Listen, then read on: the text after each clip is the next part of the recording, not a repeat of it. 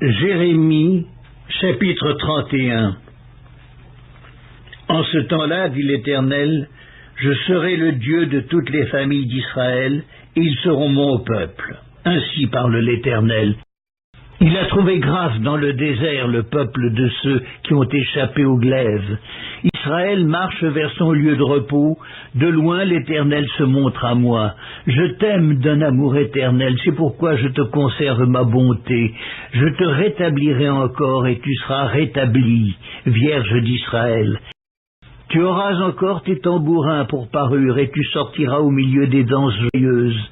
Tu planteras encore des vignes sur les montagnes de Samarie.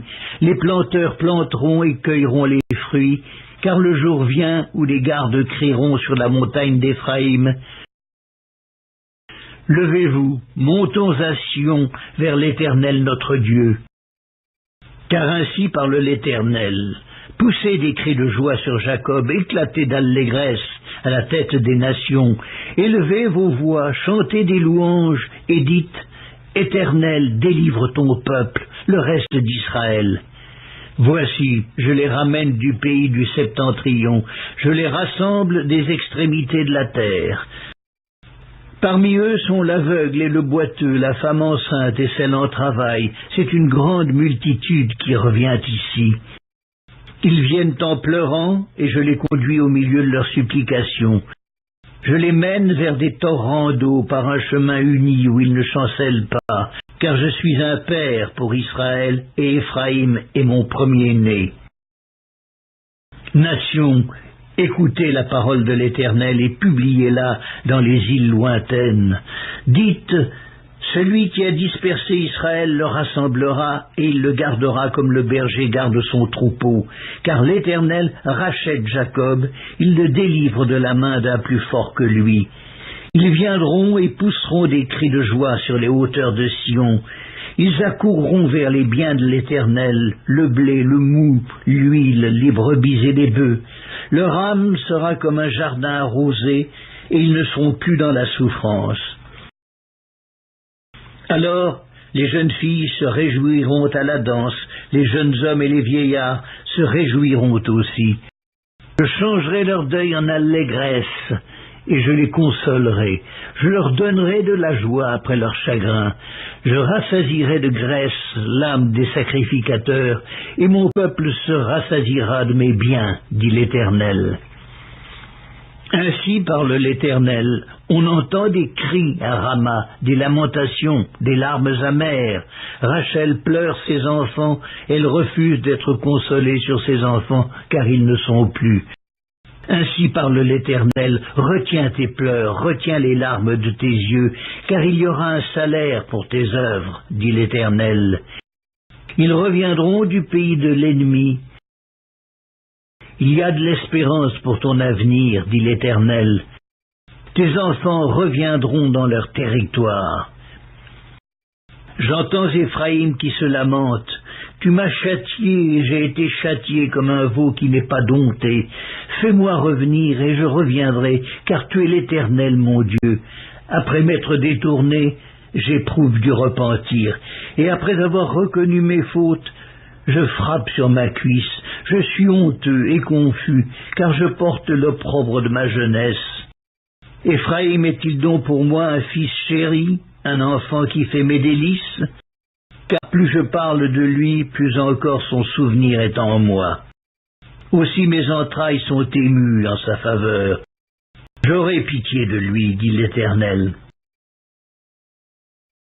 Dresse des signes, place des poteaux, prends garde à la route, au chemin que tu as suivi. Reviens, Vierge d'Israël, reviens dans ces villes qui sont à toi.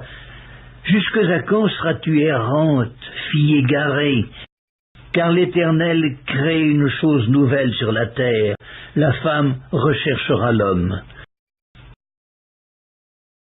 Jérémie, chapitre 31. Ainsi parle l'Éternel des armées, le Dieu d'Israël.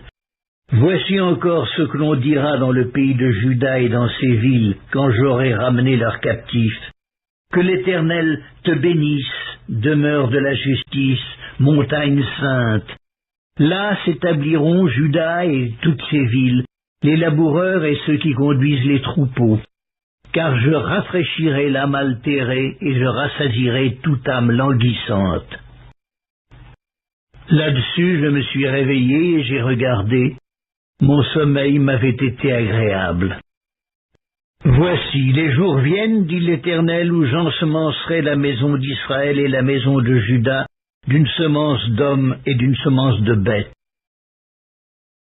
Et comme j'ai veillé sur eux pour arracher, abattre, détruire, ruiner et faire du mal, ainsi je veillerai sur eux pour bâtir et pour planter, dit l'Éternel.